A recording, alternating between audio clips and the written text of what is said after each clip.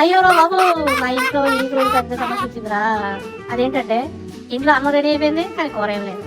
అప్పుడు మా ఇంట్లో వాళ్ళు ఏమన్నారు సార్, ఏదైనా సరే ఒక చేప తీసుకురా. చేప అంటే ఈ కూర మామూలు అవసరం లేదన్నారు. అంటే నేను వెళ్ళంటే మార్కెట్కి వెళ్ళగానే ఒక అమ్మాయి అడుగుతుంది, అన్న తాజా చేపలు అనేసి. నేను అడిగా ఏది బాగుంటుంది అనేసి. అది వెంటనే చెప్పింది, అన్ని బాగుంటాయి అన్నా కానీ ధర మాత్రం ఎక్కువే ఉంటుంది. అయ్యో ఆ మాట నాకు అర్థమైంది. చేపల మార్కెట్ వెళ్ళడం కంటే ఒక చిన్న యుద్ధం చేసినట్టే. అలా చూస్తూ నాకు అనిపించింది ఈ కానగత్తల చేప. మా శ్రీకాకుళం వైపు ఈ చేప ఫ్రై రుచి ఏమంటారు తెలుసా?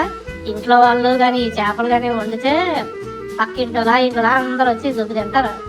అందుకే ఈ రోజు మనం ఈ కానగత్తల చేపలు సూపర్ స్టైల్లో చేసేద్దాం. ముందు ఈ చేపను బాగా క్లీన్ చేసుకున్నాను. ఈ చేప వంటలో మొదటి స్టెప్ ఇదే, బాగా కడిగేశాను. మా ఊళ్ళో ఒకడు ఉన్నాడు, చేప క్లీన్ చేయమంటే చేప కంట తన చేతిలో ఎక్కువగా కోసుకున్నాడు. అందుకే జాగ్రత్తగా క్లీన్ చేయాలి. ఇప్పుడు ఇందులో వేయిపోయింది ఉప్పు, కారం, పసుపు, అల్లం, వెల్లుల్లి పేస్ట్. ఈ మసాలా అన్ని వేసి చేప బాగా పట్టి కలపాలి. చేపకు మసాలా బాగా పట్టకపోతే ఫ్రై చేసిన తర్వాత రుచి అంతగా రావాలి బాబు. కొద్దిసేపు మసాలా పట్టనివ్వాలి. ఇప్పుడు స్టవ్ మీద పాన్ పెట్టి నూనె వేడి చేయాలి. నూనె బాగా వేడైన తర్వాత చేపలు నెమ్మదిగా వేయాలి. చేపలు ఫ్రై చేస్తుంటే వాసన వస్తుంది కదా, అప్పుడే ఇంట్లో వాళ్ళు కిచెన్ దగ్గర తిరుగుతారు. వాళ్ళు ఒకటే డౌట్, ఫ్రై అయిందా ఇంకా మొక్కెత్తావా. ఇలా రెండు వైపులు బాగా ఫ్రై అయిన తర్వాత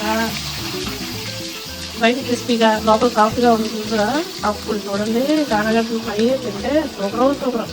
ఇది చూడండి మన కానగత్తలు ఫ్రై రెడీ అయిపోయింది. వేడివేడి అన్నంతో ఈ కానగత్తలు ఫ్రై తింటే రుచి మాత్రం సూపర్ ఉంటుంది. మీరు కూడా ఇంట్లో తప్పనిసరిగా ట్రై చేయండి. వీడియో నచ్చితే లైక్ చేయండి.